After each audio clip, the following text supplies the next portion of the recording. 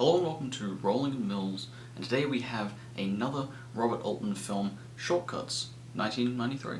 Now I say another Altman film because I most recently reviewed his other work, which I really like, McCabe and Mrs. Miller, and I'll straight out of the gate say that I definitely prefer that film to this one.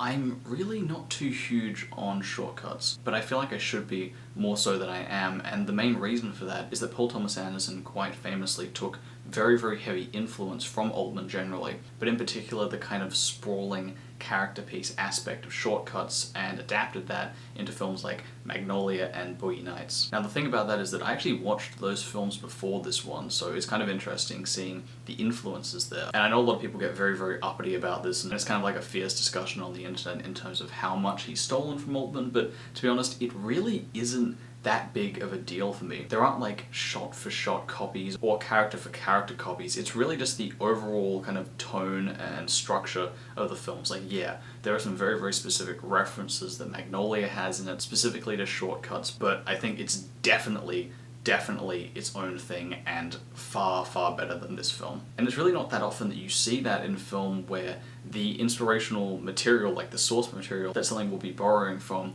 is really pretty much substantially better than it already is. And I'm not talking about something like Django Unchained coming from the original Django, because that's kind of taking something schlocky and then making it, you know, Tarantino style. But this is like a relatively critically acclaimed film with a big star-studded cast. The cast on Shortcuts is nothing less than kind of insane, basically. And it's from an acclaimed director, and then it gets retooled, basically, by another acclaimed director only a couple of years later, you know? I mean, Magnolia only came out like 6 years after Shortcuts did, so it's a very strange example of kind of retooling or copying some elements of a film, and I haven't really seen it that commonly elsewhere. But regardless, it kind of seems like I'm really bagging this film at the moment, at least in comparison to Magnolia. But it should be noted that I really like Magnolia. It's not my favorite Paul Thomas Anderson film. I think that has to be The Master or There Will Be Blood. I mean, they're very close, they're pretty neck and neck, but it's still a fantastic film, and I think it does Shortcuts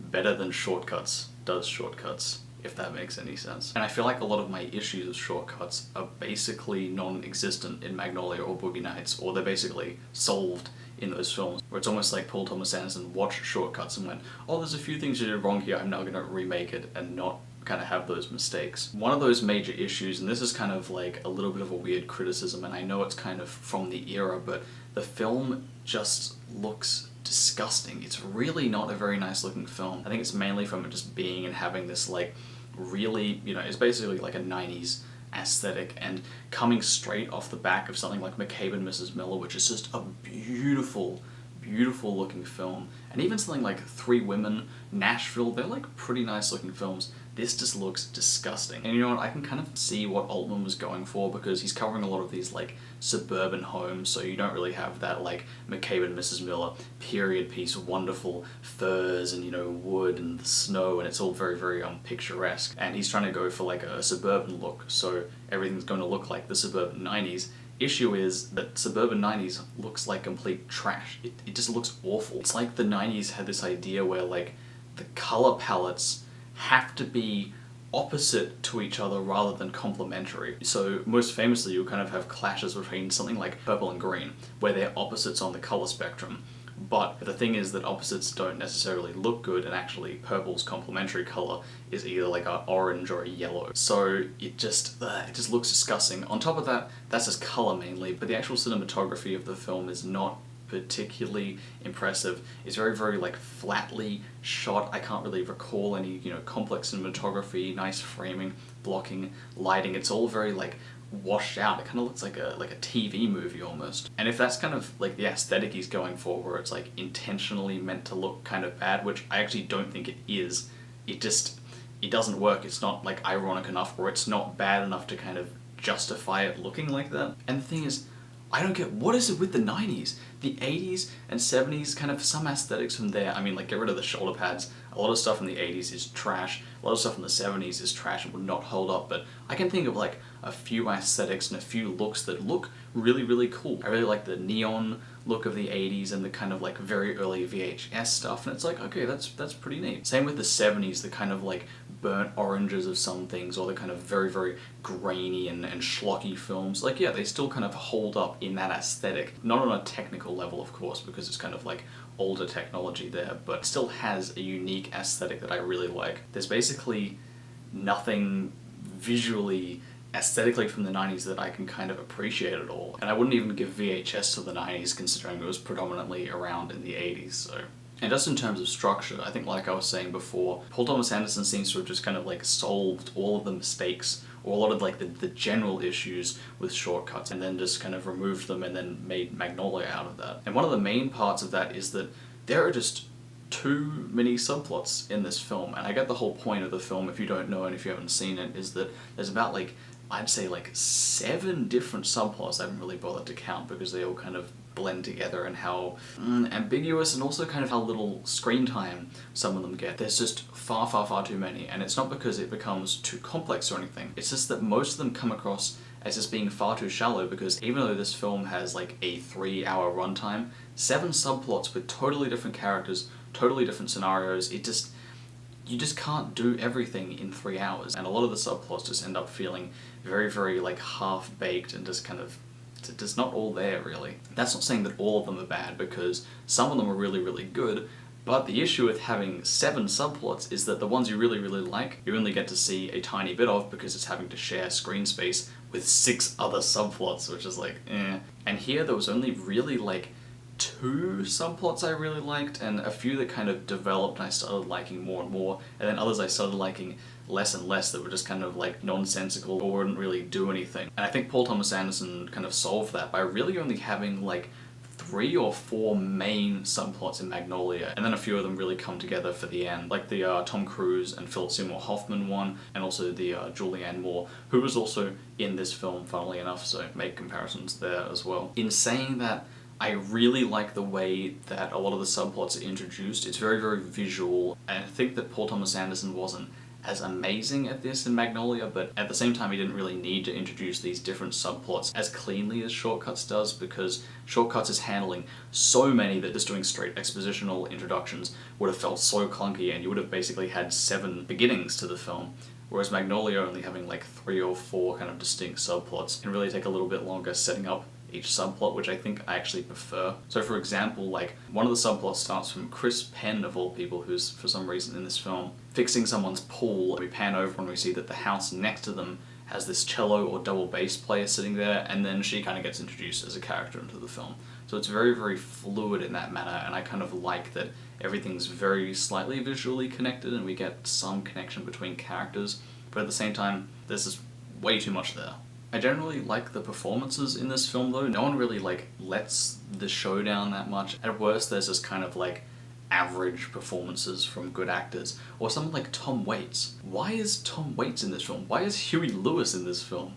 They're not that bad actually. Tom Waits is actually pretty decent in this film, but yet again he doesn't really stand out that much, especially when you have such a large cast and a lot of them aren't really given a huge amount of screen time to kind of show off.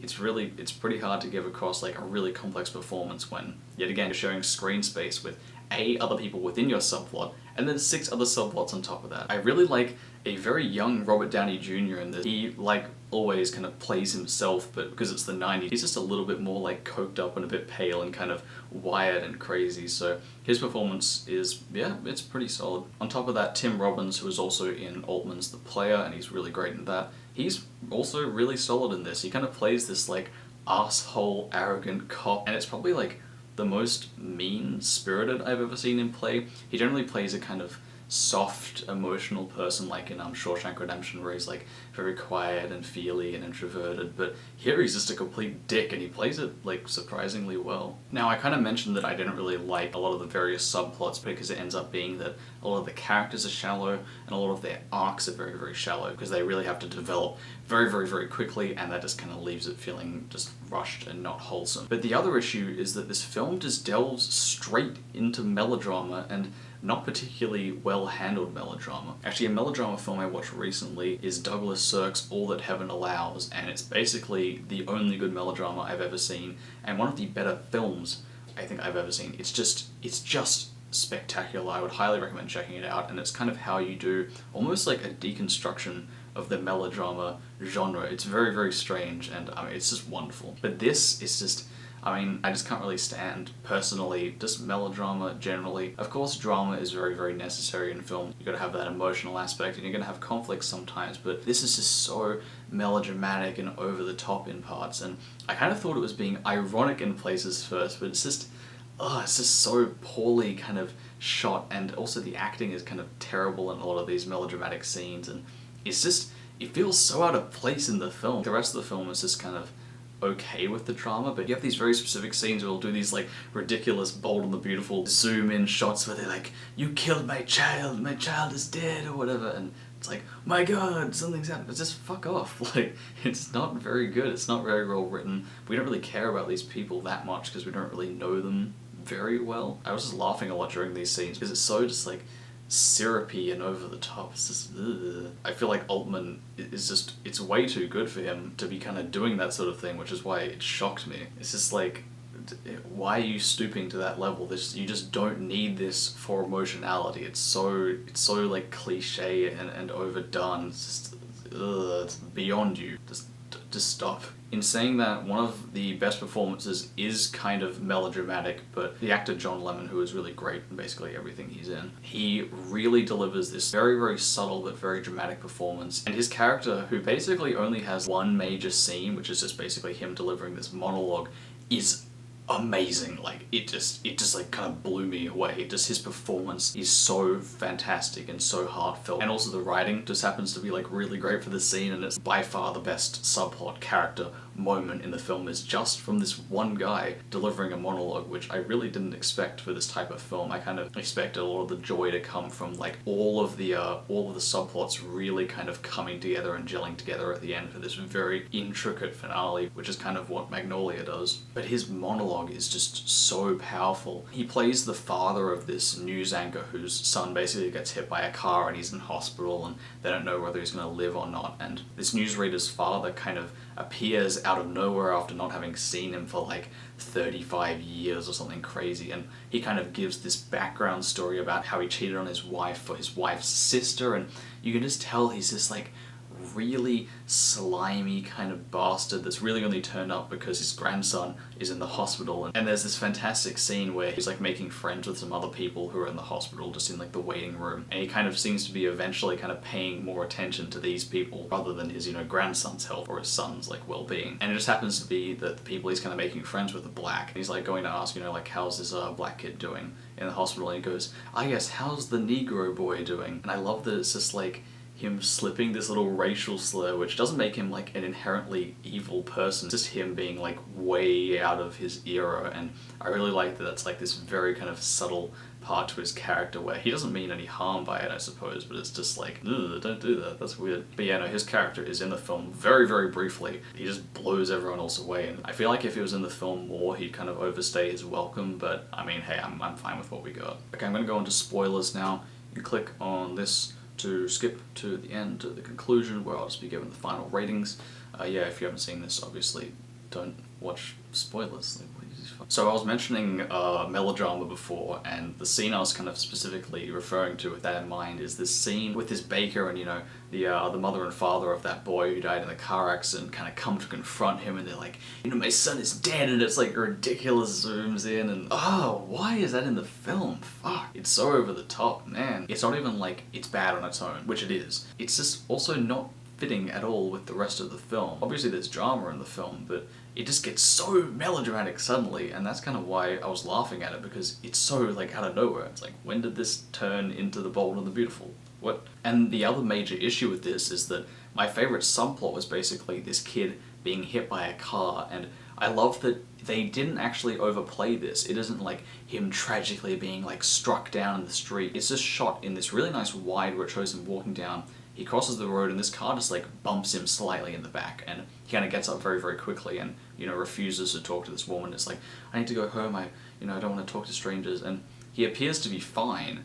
And that's what I love, is that he actually just suffers like internal organ damage, and eventually, you know, he goes home, his mum is like, oh no, he's fine, he looks fine, just kind of got bumped by a car, it was just a scare. And eventually the father's like, no, you need to take him to hospital, gets to hospital, goes into coma, and then, you know, like 2 weeks later just straight up dies. I love that it's kind of played initially as this very, very minor incident, and then it just gets worse and worse and worse. And the issue with that is that that's really subtle, and I like the way that's done, and I haven't seen that done very commonly. It's like a kind of pathetic and really, really sad death, just get like bumped by a car and, you know, just whack one of your internal organs and just die from it slowly, especially considering he's a kid. But then at the end of that, you have the complete opposite of subtlety, where you have the parents like confronting this baker who's gonna make the kid a birthday cake or something, and then they had to cancel because he died, and then he's like calling their house like about the cake or something. And that's another thing. I feel like Paul Thomas Anderson and also Wes Anderson kind of do that magical realism, wacky character thing a lot better. Of course, in Magnolia, the ending of that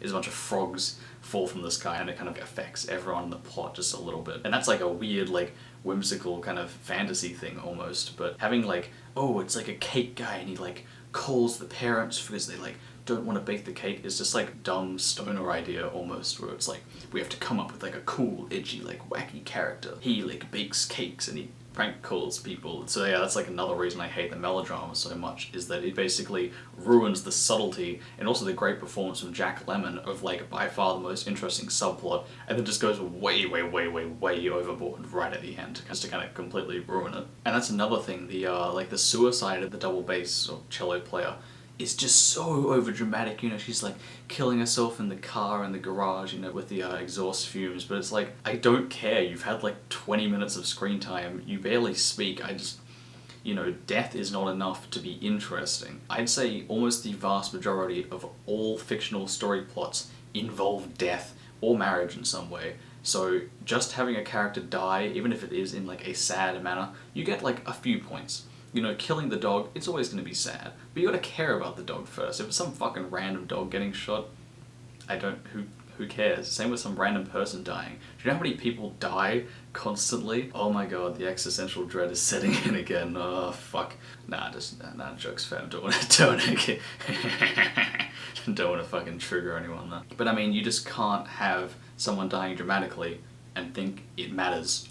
As an audience, we don't care about someone dying randomly, even if it is dramatic, if we don't care about the person. And I did not care about this person because they simply just did not have enough screen time, and the character wasn't particularly interesting anyway. So yeah. Also, this film ends in kind of the similar way to Magnolia, but yet again, very, very poorly done in my mind. Where you have this like global event happening where this big earthquake occurs, and of course the mirroring of that in Magnolia is all the frogs rain from the sky. But the thing is, I just found this earthquake to be it's really poorly shot. It feels like an amateur film where they're like, whoa, we're shaking the camera around, it's a real earthquake, and all the actors are like, oh my god, it's unstable ground. It feels like a skit on like a talk show, like that level of quality in terms of shooting. And yeah, I get it, it's like hard to shoot it realistically, but if you find that, just make it some other sort of natural event.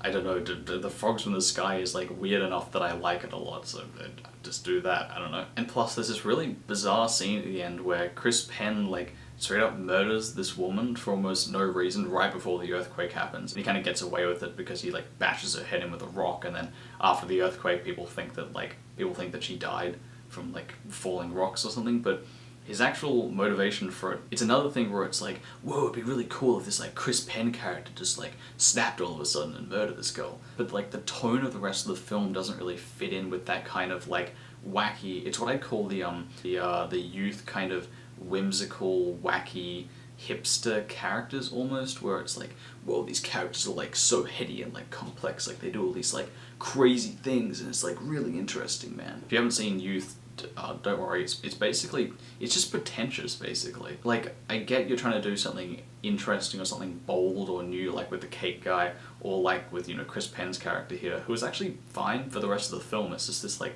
one moment that he's kind of goes wacky, but the tone of the film doesn't fit the rest of this. Like, the reason Magnolia works with the frogs is that the frogs are played as being really, really wacky and crazy, and it's like this very, very strange kind of surreal event for everyone where they're like, what the fuck, frogs are raining from the sky? But like, the baker and, you know, Chris Penn's character at the end, they're played straight, and it just feels really out of place, like the melodrama as well. Also, I've heard that apparently this whole film is meant to be like a biblical reference maybe, because you have like the locusts in the beginning and then you have the earthquake at the end, so it's kind of like all the stuff that happened with Moses, but I don't really see that at all. There aren't really like any other biblical references in the film that I actually recall, and it doesn't really seem like there's enough evidence to substantiate that, so I don't know, I'm not really buying that, but apparently that's a thing that some people believe, so I don't know. Ultimately, really kind of disappointed by this film.